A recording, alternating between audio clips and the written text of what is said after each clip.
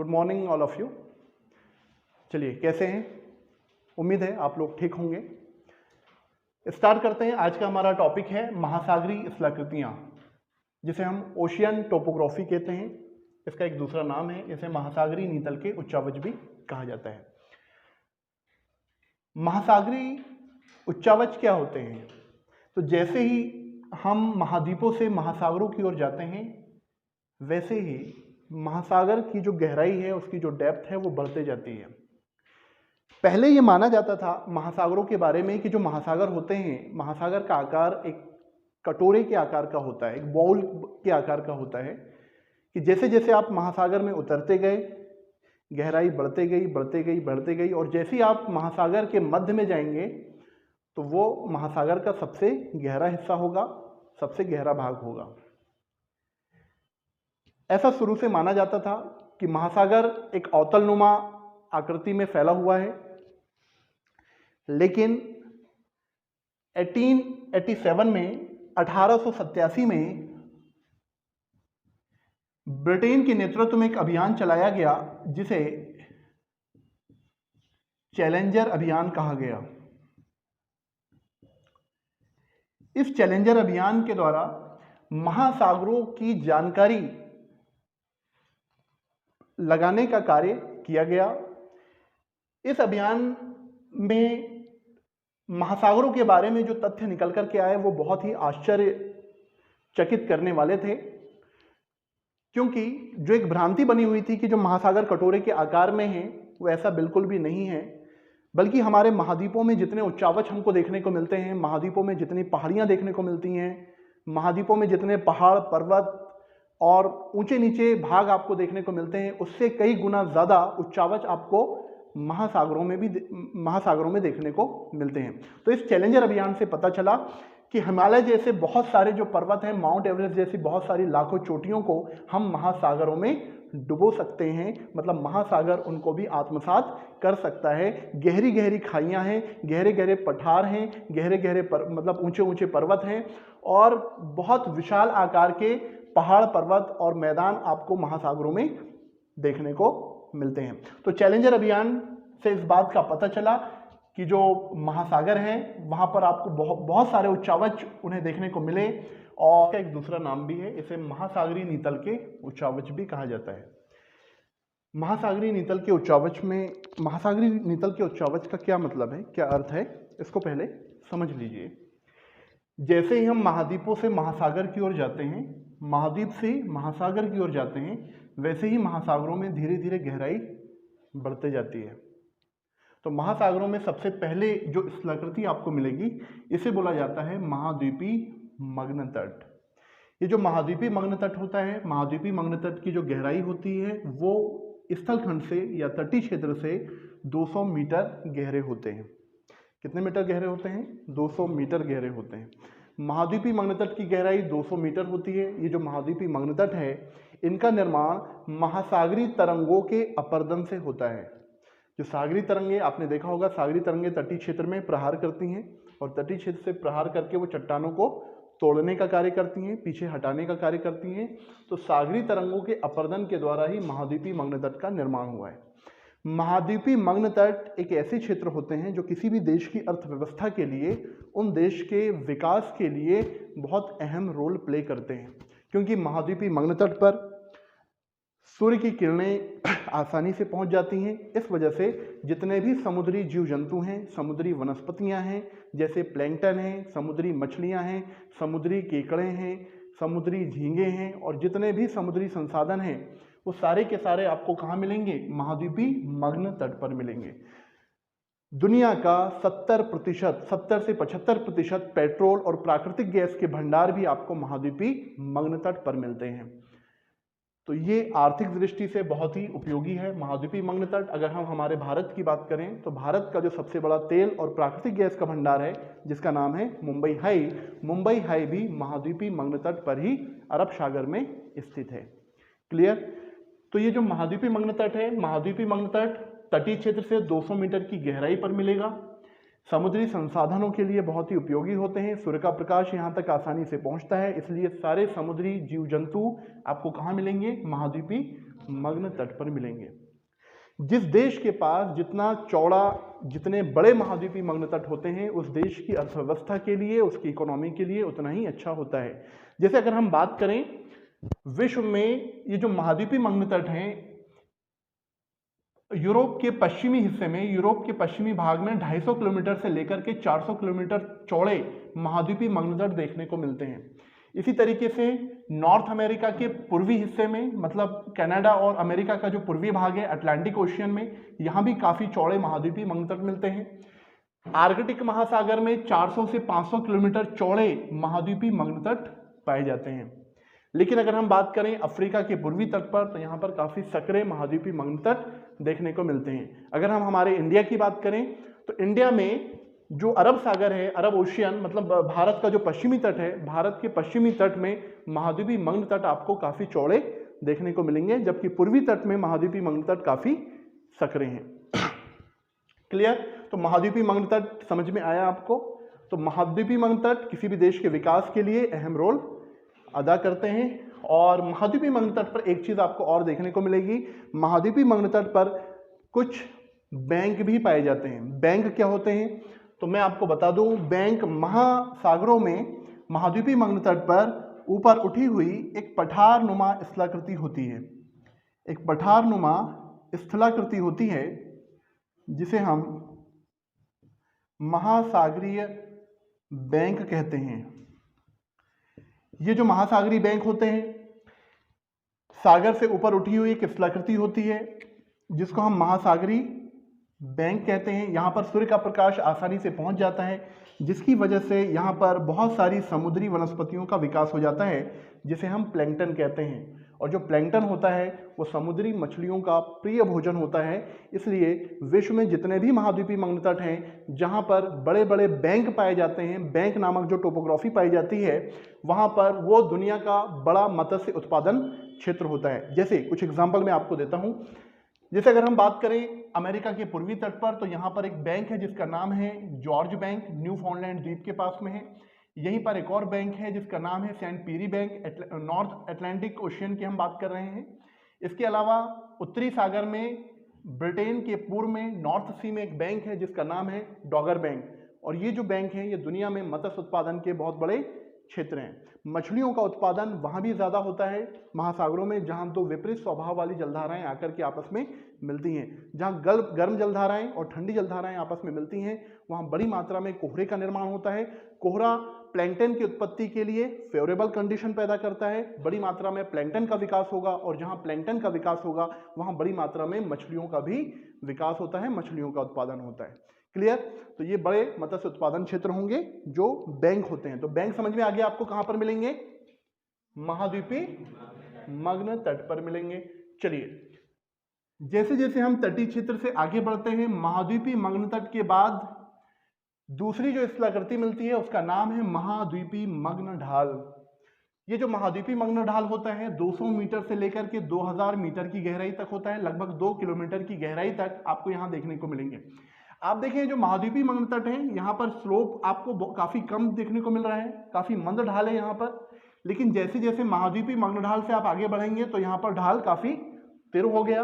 और ढाल तीव्र होने की वजह से नदियों के द्वारा जो अवसाद लेकर के, नदियाँ जो अवसाद लेकर के आती हैं, नदियाँ जो सेडिमेंट लेकर के आती हैं, वो नदियाँ अपने सेडिमेंट को अपने मुहाने पर जो है वो समुद्र के मुहाने पर छोड़ती हैं। वो सेडिमेंट आगे बढ़ते हैं महाद्वीपी मग्न तट से। वो जब आगे बढ़ते हैं तरंगों के माध्यम से, तो महाद्वीपी मग्न ढाल पर आकर के अधिक ढाल होने की वजह से, तीव्र ढाल होने की वजह से वो नीचे की ओर आगे बढ़ जाते हैं। तो यहाँ पर ढाल तीव्र है, इस वजह से यहाँ पर समुद्री अवसादों का निक्षेप नहीं हो पाता है। क्लियर? तो ये दूसरी स्थलाकृति थी महाद्वीपी मग्न ढाल। उसके बाद महासागरों में और जैसी गहराई आगे बढ़ती है तो एक और स्थलाकृति मिलती है हमें, जिसको हम बोलते हैं महाद्वीपी उभार। क्या कहा जाता है? महाद्वीपी उभार कहा जाता है। और ये जो महाद्वीपी उभार होते हैं, ये महासागरों में महाद्वीपी मग्न ढाल के बाद 3000 मीटर की गहराई तक, मतलब लगभग 3 किलोमीटर की गहराई में आपको देखने को मिलते हैं। महाद्वीपी उभार एक उत्तलनुमा स्थलाकृति होती है कॉन्वेक्स के आकार में, और ये जो उत्तलनुमा स्थलाकृति होती है इसका आकार ऐसा इसलिए है क्योंकि यहाँ पर जो समुद्री निक्षेप थे वो आकर के जमा हो जाते हैं, और जमा होने से एक उत्तलनुमा स्थलाकृति का निर्माण हो जाता है।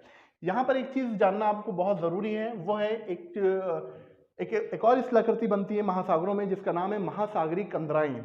और ये जो महासागरी कंदराएं होती हैं, इन महासागरी कंदराओं का निर्माण महाद्वीपीय मग्न तट पर, महाद्वीपीय मग्न ढाल पर और महाद्वीपीय उभार पर होता है।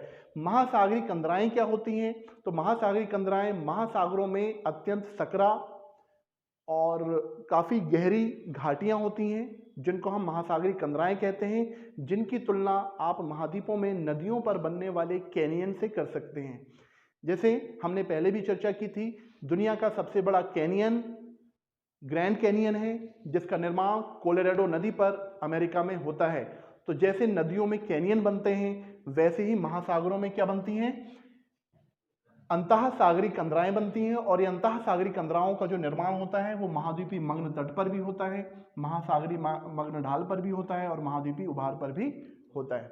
जैसे ही हम महाद्वीपीय उभार से आगे बढ़ते हैं तो हमको महासागरों में पाई जाने वाली जो सबसे बड़ी स्थलाकृति है, सबसे बड़ी टोपोग्राफी है जिसका नाम है महासागरी मैदान, ये मिलते हैं।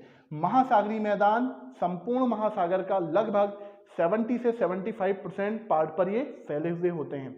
महासागरी मैदान समुद्र में काफ़ी गहराई पर समतल सपाट रूप में आपको देखने को मिलेंगे।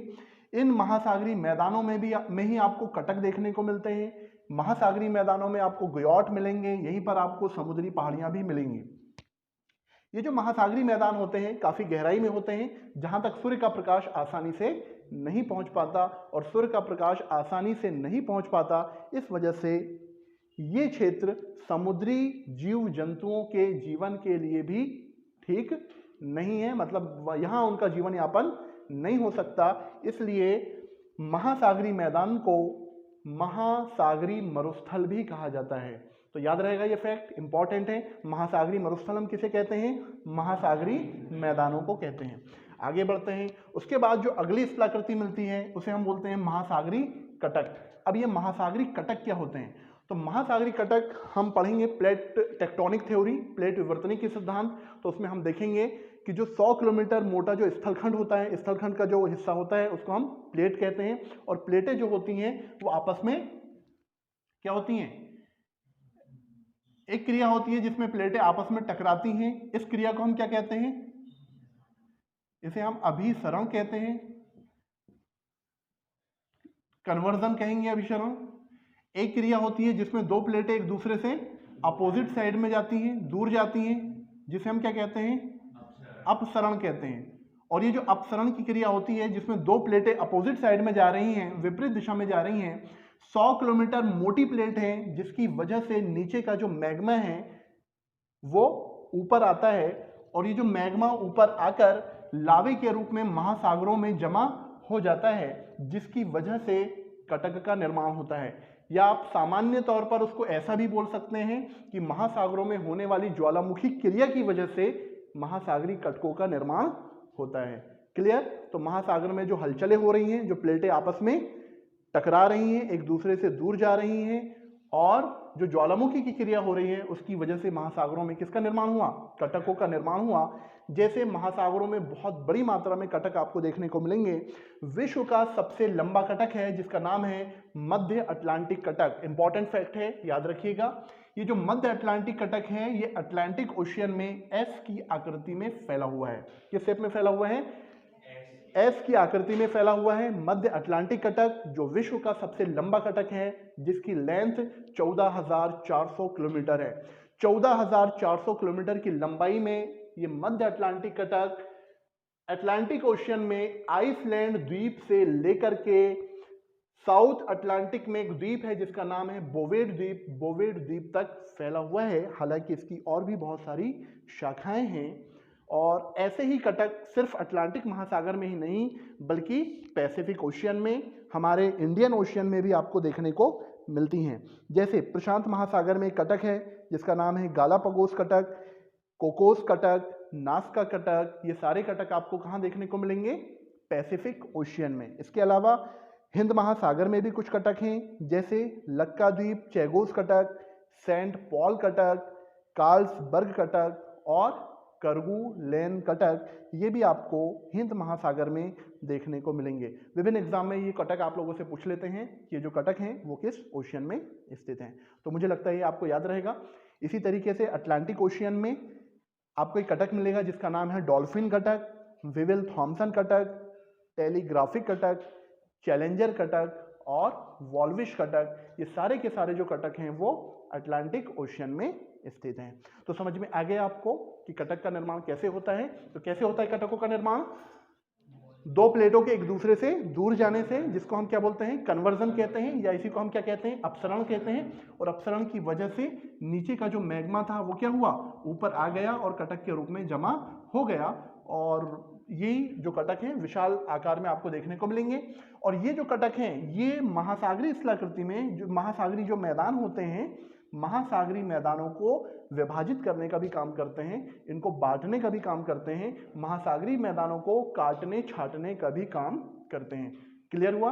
तो महासागरों में ऊपर उठी हुई लावा निर्मित जो स्थलाकृति होती है जिसको हम कटक कहते हैं, कई बार यही कटक महासागरों के ऊपर आ जाते हैं जो द्वीप के रूप में हमें दिखाई देते हैं। क्लियर? चलिए, तो कटक के बाद कुछ और स्थलाकृति होती हैं। तो महासागरीय मैदानों में ही ऊपर उठी हुई कम ऊंचाई की एक पठार नुमा, समतल सपाट एक पठार नुमा, अवतल नुमा एक आकृति का निर्माण होता है जिसको हम गुयॉट कहते हैं। क्या कहते हैं भाई? गुयॉट कहते हैं। गुयॉट महासागरों में ऊपर उठी हुई एक स्थलाकृति होती है जिसको हम गुयॉट कहते हैं। इसी तरीके से महासागरीय मैदानों में ऊपर उठी हुई लगभग 1000 मीटर ऊंची, मतलब 1 किलोमीटर ऊंची कुछ शंकु आकार की पहाड़ियां पाई जाती हैं जिनको हम समुद्री पहाड़ियां कहते हैं। इसके अलावा और भी कुछ छोटी छोटी स्थलाकृतियां आपको महासागरों में देखने को मिलेंगी। महासागरों में एक और स्थलाकृति आपको देखने को मिलेगी जिसको हम प्रवाल भित्तियां कहते हैं। क्या कहते हैं?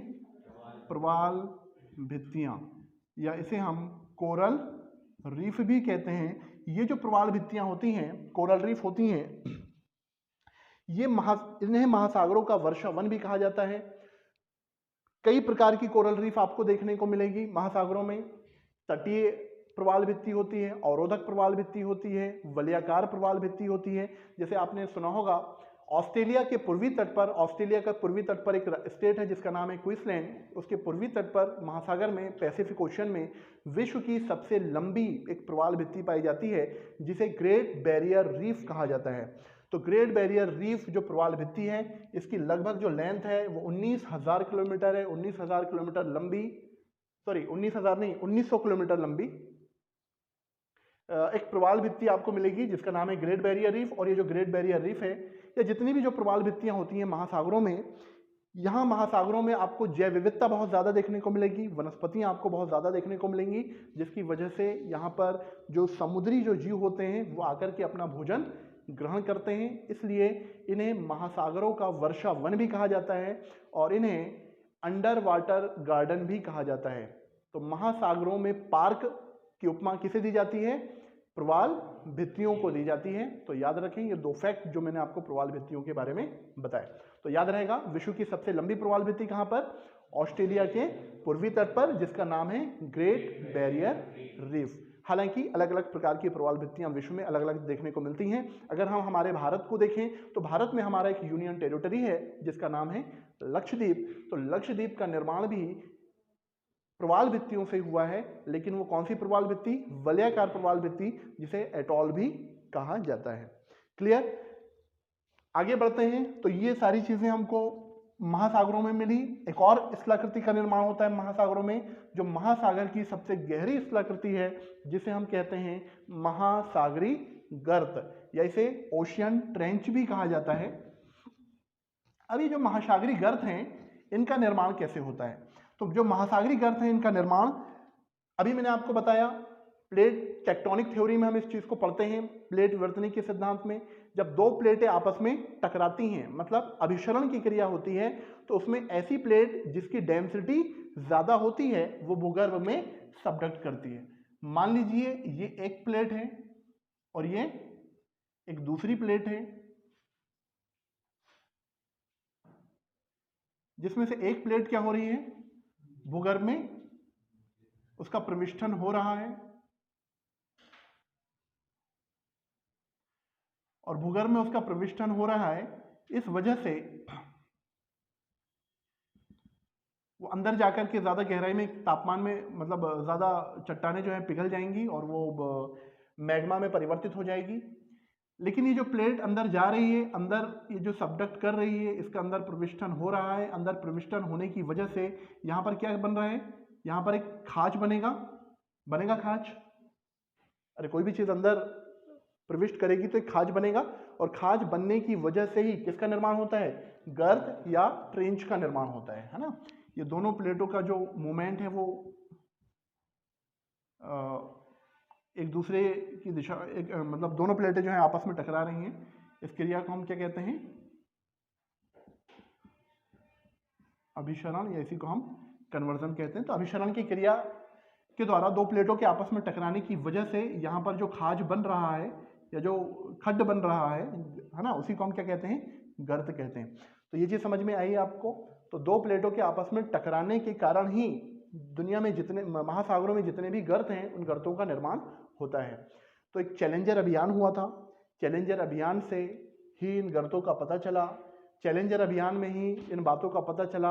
1887 में चैलेंजर अभियान ब्रिटेन के नेतृत्व में चलाया गया था, और उस समय पता चला कि जो महासागर हैं, महासागर में बहुत सारी जो उच्चावच हैं, बहुत सारी स्थलाकृतियाँ हैं, और उसी समय पता चला कि महासागरों में काफ़ी गहरे गहरे गर्त हैं।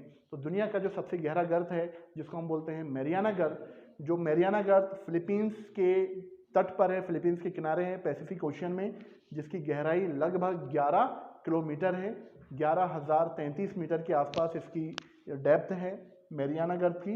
इसलिए मैरियाना गर्त को चैलेंजर गर्त के नाम से भी उस चैलेंजर अभियान के आधार पर यह नाम दिया जाता है। तो ये चीज़ क्लियर हुई आपको।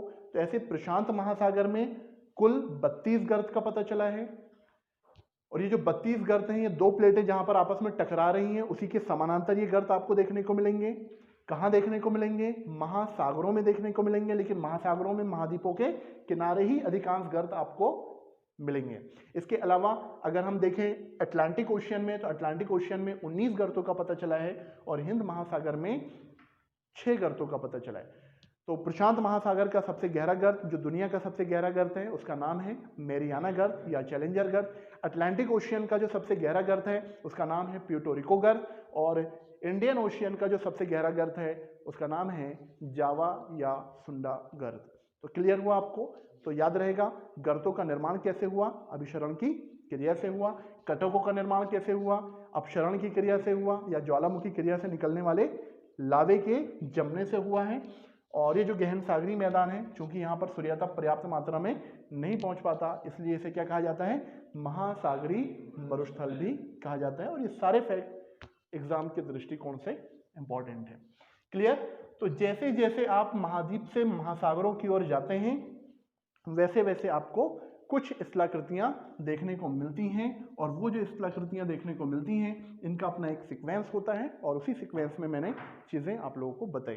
तो सबसे पहले कौन सी स्थलाकृति मिलेगी, महाद्वीपी मग्न तट। और मैंने आपको बताया महाद्वीपी मग्न तट किसी भी देश के विकास के लिए बहुत महत्वपूर्ण है। किसी भी देश में जो रिसोर्सेज हैं, पेट्रोल हैं, कोयले के भंडार भी यहाँ पर मिलते हैं, प्राकृतिक गैस के भंडार भी यहाँ पर बड़ी मात्रा में मिलते हैं।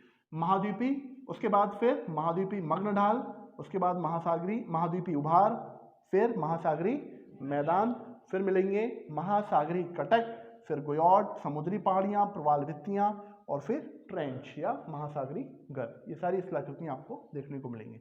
चलिए, तो मुझे लगता है आपको मैंने जितनी भी चीज़ें आपको समझाई आज महासागरी स्थलाकृतियों में, आपको बहुत अच्छे से समझ में आया होगा। तो आज के लिए इतना ही। Thank you.